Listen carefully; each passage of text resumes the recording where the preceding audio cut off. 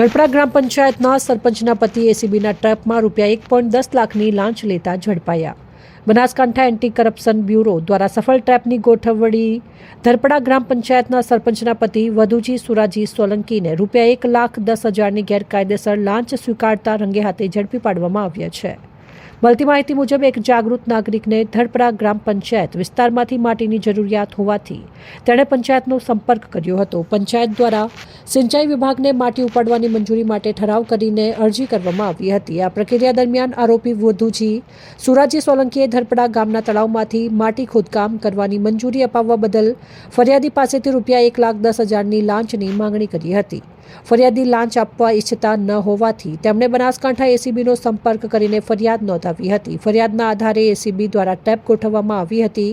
Trap દરમિયાન આરોપીએ ફરિયાદી સાથે હેતુલક્ષી વાતચીત કર્યા બાદ ₹1,10,000ની લાંચની રકમ સ્વીકારી હતી. તે સમયે એસીબીની ટીમે તેને રંગે હાથે ઝડપી લીધો હતો.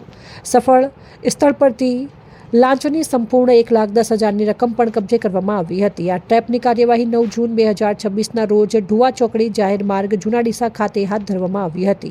સમગ્ર કાર્યવાહી બનાસકાંઠા એસીબી પોલીસ સ્ટેશન પાલનપુરના પોલીસ ઇન્સ્પેક્ટર BJ જોશીના માર્ગદર્શન હેઠળ કરવામાં આવી હતી. કાર્યવાહી દરમિયાન મદદનીશ નિયામક KH Gohil ACB border unit Bhuj દ્વારા સુપરવિઝન કરવામાં આવ્યું હતું. જ્યારે નાયબ નિયામક Baldevsinh Vaghela ACB Rajkot unit incharge અધિકારી તરીકે હાજર રહ્યા હતા. એસીબી દ્વારા આરોપી વિરુદ્ધ કાયદેસરની કાર્યવાહી હાથ ધરી આગળની તપાસ શરૂ કરવામાં આવી છે. અહેવાલ અમૃતમાળી, સંબંધ ભારત ન્યૂઝ, ડીસા.